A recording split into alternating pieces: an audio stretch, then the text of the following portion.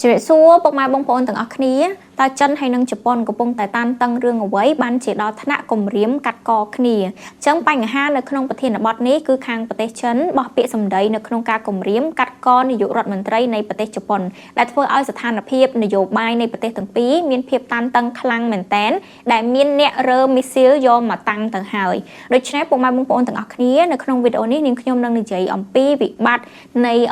ៃការទូតចិននិងជប៉ុនដែលកំពុងតែកើតមានហើយកំពុងតែបន្តកម្ដៅនៅក្នុងនឹងដូចគ្នាយើងនឹងនិយាយពីចំណោទបញ្ហាឬគោលបញ្ហាហើយតើរឿងហ្នឹងកើតឡើងហ្នឹងវាបណ្ដាលមកពីមូលហេតុអ្វីខ្លះដែលកើតឡើងជុំវិញពិភពលោកដូច្នេះពុកម៉ែបងប្អូនទាំងអស់គ្នាកុំភ្លេចតាមដានវីដេអូនេះដល់ចប់ហើយកុំភ្លេចចុច Subscribe ផងអញ្ចឹងដើមហេតុនៃបញ្ហាគឺកាលពីថ្ងៃទី10វិច្ឆិកា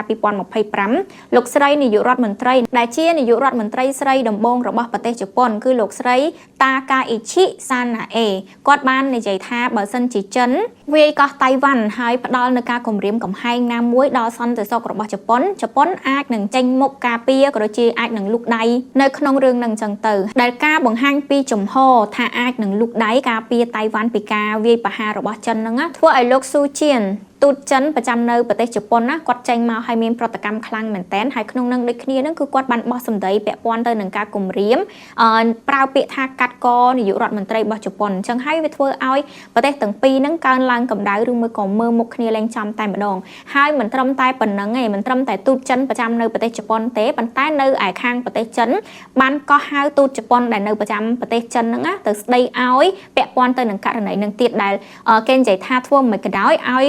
យនាយករដ្ឋមន្ត្រីនៃប្រទេសជប៉ុននឹងដកពាក្យសម្ដីនឹងចេញហើយនិយាយពាក្យសុំទោសទៅកាន់ប្រទេសចិនក្នុងនេះពុកម៉ែបងប្អូនទាំងអស់គ្នានាងខ្ញុំឆ្លៀតនិយាយពីនយោបាយប្រចាំប្រទេសទាំងពីរសម្រាប់ជប៉ុនតាមពិតទៅអញនិយាយបានថាក្នុងអត្ថន័យនៃនាយករដ្ឋមន្ត្រីជប៉ុនគាត់និយាយហ្នឹងគឺមិនមែនថាការពារតៃវ៉ាន់ 100% ដាច់ខាតត្រូវតែការពារតៃវ៉ាន់អីទេគាត់និយាយថាគាត់ការពារឬមួយក៏ជប៉ុននឹងលូកដៃក្នុងករណីដែលវាប៉ះពាល់ទៅដល់សន្តិសុខរបស់ជប៉ុនអញ្ចឹងនៅក្នុងហ្នឹងបានន័យថាគាត់មិនមែនទៅខុសណាស់ណាទេហើយបើយើងនិយាយឬក៏វិភាគនៅក្នុងហ្នឹង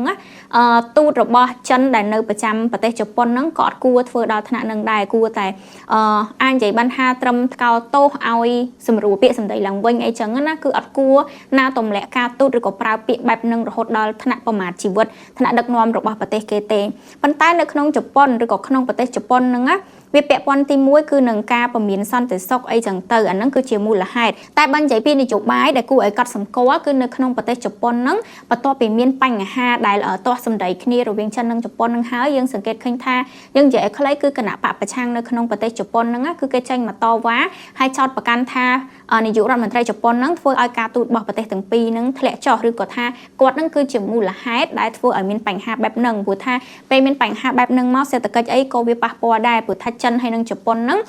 មានការរកស៊ីជាមួយគ្នាច្រើនតាមសមុទ្រតាមអីចឹងទៅអញ្ចឹងឥឡូវនេះគឺប៉ះពាល់ទាំងអស់ដូច្នេះក្រុមអ្នកប្រឆាំងឬក៏បកប្រឆាំងទាំងអស់ហ្នឹង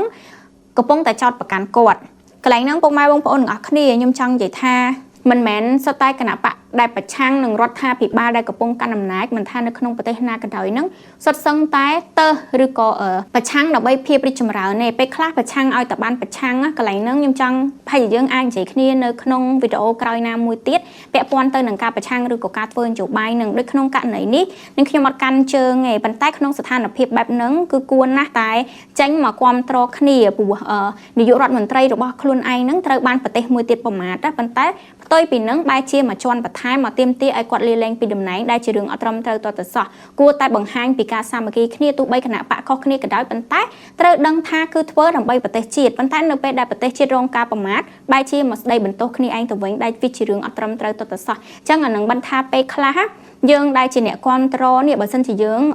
ធ្វើនយោបាយយើងអត់ចេះធ្វើនយោបាយអត់ស្គាល់ពីនយោបាយហើយយើងអត់មានគោលចំហខ្លួនឯងនៅក្នុងការដែលដឹងថាយើងធ្វើដើម្បីជាតិយើងស្រឡាញ់ជាតិយើងអត់ដឹងពីភាពត្រឹមត្រូវទេយើងគិតថាគណៈបកមួយនឹងស្រឡាញ់ជាតិអញ្ចឹងគណៈបកមួយនឹងធ្វើអីក៏ត្រូវដែរដូចគណៈបកនេះអញ្ចឹងខ្ញុំគិតថារឿងនឹងអត់ត្រូវប៉ុន្តែនៅពេលដែលយើងអត់ដឹងថាខ្លួនឯងធ្វើដើម្បីជាតិយើងច្រឡំថាយើងធ្វើដើម្បីបកទោះបីបកនឹងធ្វើរឿងខុសក៏យើងនៅតែគ្រប់គ្រងដែរអញ្ចឹងកន្លែងហ្នឹងត្រូវប្រយ័ត្នខ្លាំងមែនតើយើងក៏លេខទៅមើលចិនវិញក្នុងករណីដែលលោកស៊ុយជៀន ទូតចិនប្រចាំជប៉ុនគាត់និយាយបែបហ្នឹងទៅកាន់នាយករដ្ឋមន្ត្រីជប៉ុនហ្នឹងមានអ្នកគ្រប់គ្រងសាទរហើយក៏មានអ្នកដែលប្រឆាំងដែរព្រោះថាបានន័យថាបើភាសាអង់គ្លេសគេហៅថា overreact ឬមួយក៏ថាមានប្រតិកម្មខ្លាំងពេកដែលការបោះពាក្យសម្ដីហ្នឹងវាហួសហេតុពេកទៅកាន់ប្រធានាធិបតីជប៉ុនចឹងទៅហើយមួយវិញទៀតហ្នឹងគឺវាប៉ះពាល់ខ្លាំងទៅដល់ការនាំចេញទៅជប៉ុនឬក៏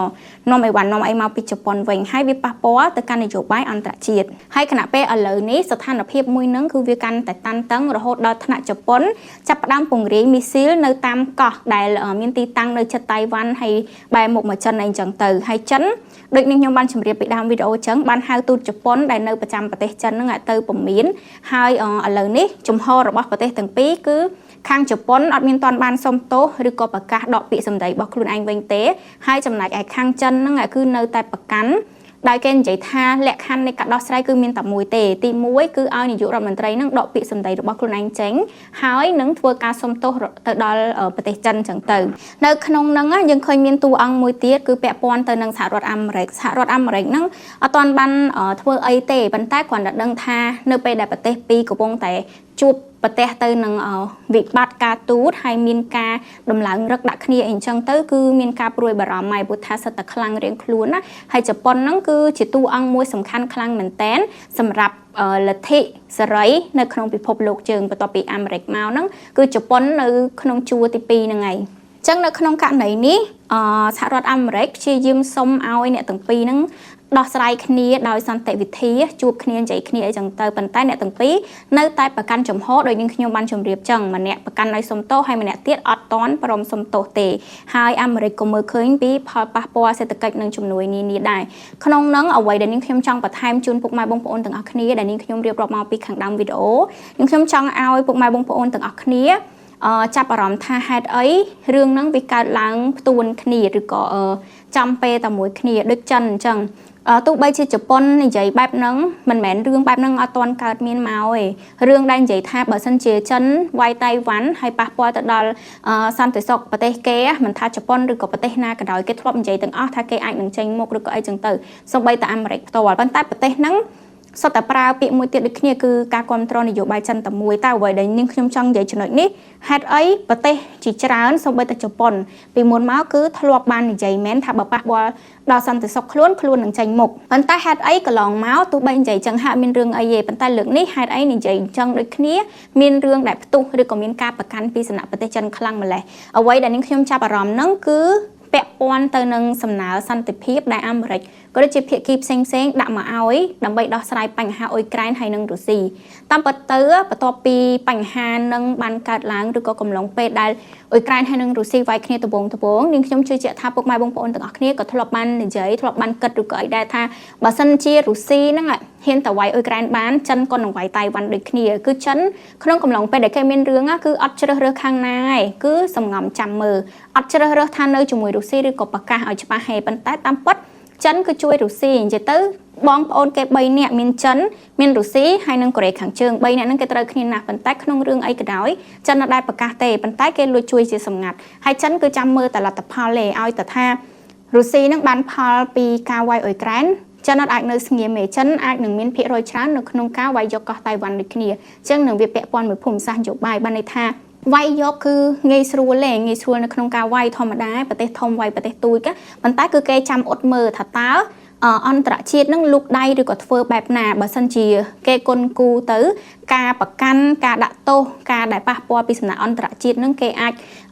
គិតលេខទៅគេមិនខាតខ្លាំងរហូតដល់ថ្នាក់ដួលដល់ដីចឹងអាហ្នឹងគឺគេអាចនឹងធ្វើដូចគ្នាអាចប៉ះពាល់ខាតបងមកពេលទៅតែវាយយកបានហើយគឺជារៀងរហូតហើយចឹងក្នុងហ្នឹងគឺជាហេតុផលសំខាន់មួយព្រោះថាឥឡូវហ្នឹង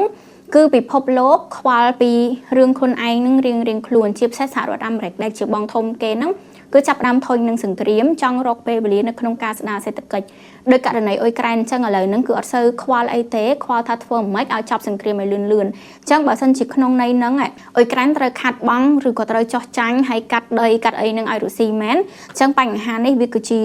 ការបង្ហាញមួយហើយចិនអាចនឹងបង្ហាញចង្កូមកាន់តែខ្លាំងទៀតនៅក្នុងការដែលហ៊ានវាយហ៊ាន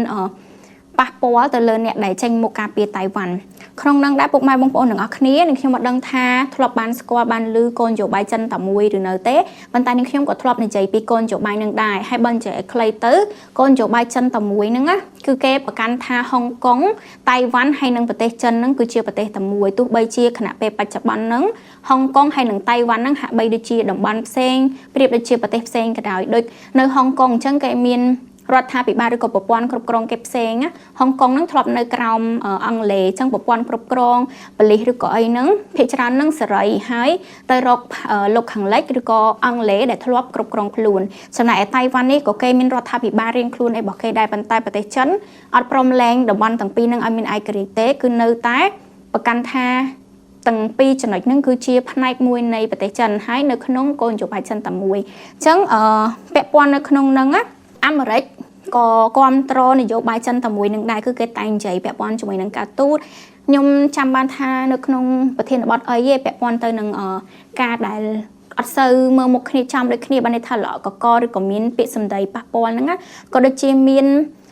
ការលុបដូចជាលុបពាក្យអីមួយយ៉ាងចេញពី website ណាមួយរបស់ដូចជាក្រសួងការពារជាតិរបស់អាមេរិកឬក៏អីតែនេះខ្ញុំធ្លាប់ចាំថាពាក់ព័ន្ធទៅនឹងការដែលបាត់ clear នឹងមក clear ពាក់ព័ន្ធនឹងតៃវ៉ាន់ដូចគ្នាហើយខាងចិនគេប្រកាន់ចឹងទៅហើយដូចជាដាក់មកវិញតែនេះខ្ញុំអត់ច្បាស់ដែរចឹងនៅក្នុងនេះសូមបន្ថែមមួយចំណុចទៀតថាតើខ្មែរយើងអីនឹងគួរតែធ្វើយ៉ាងណាព្រោះថាឥឡូវហ្នឹងយើងមាននយោបាយមានតំណែងល្អជាមួយនឹងទាំងពីរទាំងសេរីហើយនឹងចិនបើរុស្ស៊ីរៀងឆ្ងាយហើយរុស្ស៊ីរវល់ប៉ុន្តែមួយចិនក៏ដូចតែគ្នាដែរពួកគេកុម្មុយនីសហើយយើងរកស៊ីយើងខ្វល់តែពីផលប្រយោជន៍គេអញ្ចឹងកុម្មុយនីសឬក៏សេរីយើងរាប់អានទាំងពីរប៉ុន្តែសួរថាយើងធ្វើបែបណាគឺយើងមិនតែយើងឯអ្នកណាក៏ដោយត្រូវតែនិយាយថាគ្រប់គ្រងនយោបាយចិនតែមួយអញ្ចឹងក្នុងហ្នឹងបច្ចៈហើយបច្ចៈទៀតមិនមែនបានន័យថាយើងនឹងគ្រប់គ្រងចិន 100% ឬក៏អីទេគឺយើងគ្រប់គ្រងឲ្យទាំងតៃវ៉ាន់ហើយនិងចិននឹងដោះស្រាយគ្នាបើព្រមចូលគ្នាក៏ចូលទៅអត់ព្រមចូលគ្នាវាយគ្នាទេក៏រឿងរបស់គេដែរប៉ុន្តែគឺយើងលើកទឹកចិត្តឲ្យដោះស្រាយគ្នាដោយសន្តិវិធីណាមួយគឺយើងស្អប់សង្គ្រាមប៉ុន្តែអារឿងនយោបាយចិនតែមួយនឹងគឺទូទាំងពិភពលោកអត់មានតែគេអាចនិយាយបានថាអត់គ្រប់គ្រងទេសូម្បីតែអាមេរិកក៏និយាយថាទទួលស្គាល់នយោបាយចិនតែមួយនឹងដូចគ្នាចឹងសរុបមកវិញមកពុកម៉ែបងប្អូនទាំងអស់គ្នាចិនហើយនិងជប៉ុនកំពុងតែជួបប្រទះទៅនឹងវិបត្តិការទូតដែលវាធ្លាក់ចុះខ្លាំងមែនទែនរហូតទៅដល់ឥឡូវនេះជប៉ុនបានពង្រាយមីស៊ីលនៅក្នុងការដែលអាចនិយាយថាការពារខ្លួនជាពិសេសគឺនៅតំបន់ប្រជុំកោះដែលនៅជិតតៃវ៉ាន់ក៏ដូចជាបែរទៅខាងប្រទេសចិនអីចឹងទៅហើយនៅក្នុងចំណុចហ្នឹងដូចគ្នាបានន័យថា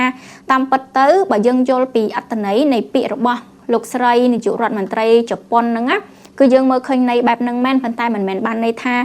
ទោះមិនក៏ដោយខ្ញុំត្រូវតែការពារតៃវ៉ាន់ណែហ៊ានតែប៉ះតៃវ៉ាន់អត់បានមិនមែនអញ្ចឹងទេគឺគេនិយាយនៅក្នុងករណីដែលគម្រាមកំហែងសន្តិសុខជាតិរបស់គេហាហ្នឹងក្នុងនាមគេជាអ្នកដឹកនាំគឺគេត្រូវនិយាយបែបហ្នឹងហើយប៉ុន្តែកន្លែងហ្នឹងក៏អាចនិយាយបានថាគាត់ប្រើពាក្យធ្វើឲ្យខាងចិនហ្នឹងយល់ច្រឡំឬមួយក៏ថាស្ដាប់ទៅវាសង្កេតទៅជាដូចគ្នាបានន័យថាខុសដែរប៉ុន្តែវាមិនមែនខុសទាំងស្រុងទេ